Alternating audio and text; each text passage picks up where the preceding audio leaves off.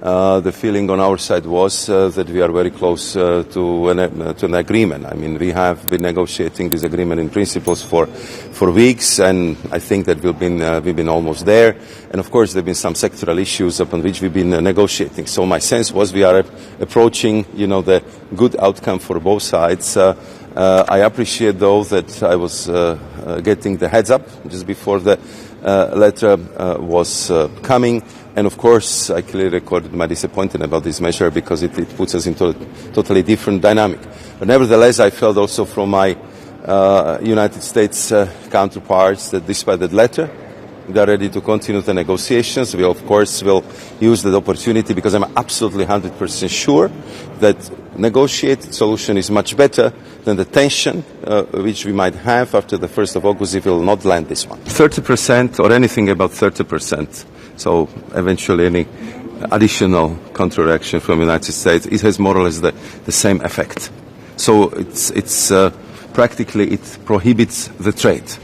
So if you're talking about 30% or 30% plus, there will be a huge impact on trade. It will be almost impossible to continue the trading as we are used in a transatlantic relationship. And if you look at the impact this would have, so I have to say the transatlantic supply chains would be heavily affected on the both sides of Atlantic. We are showing this enormous patience, enormous creativity to find the solutions. But if it stays 30 plus, simply the trading as we know it will not continue with a huge negative effect on the both sides of the Atlantic. And therefore, I think we have to do, and I will definitely do everything I can to prevent this super negative scenario. Thank you very much. I have to see you at the press conference. Bye-bye.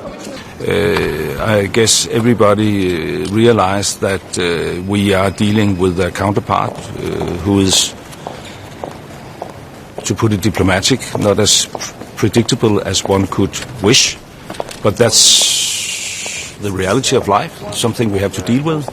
And I guess the best position for us is to stay united, to have the discussion among ourselves in closed settings, and to communicate in the open space with a very, very clear message. And I hope that clear message will be, we don't want any kind of trade war. It is in no one's interest. We want a fair deal.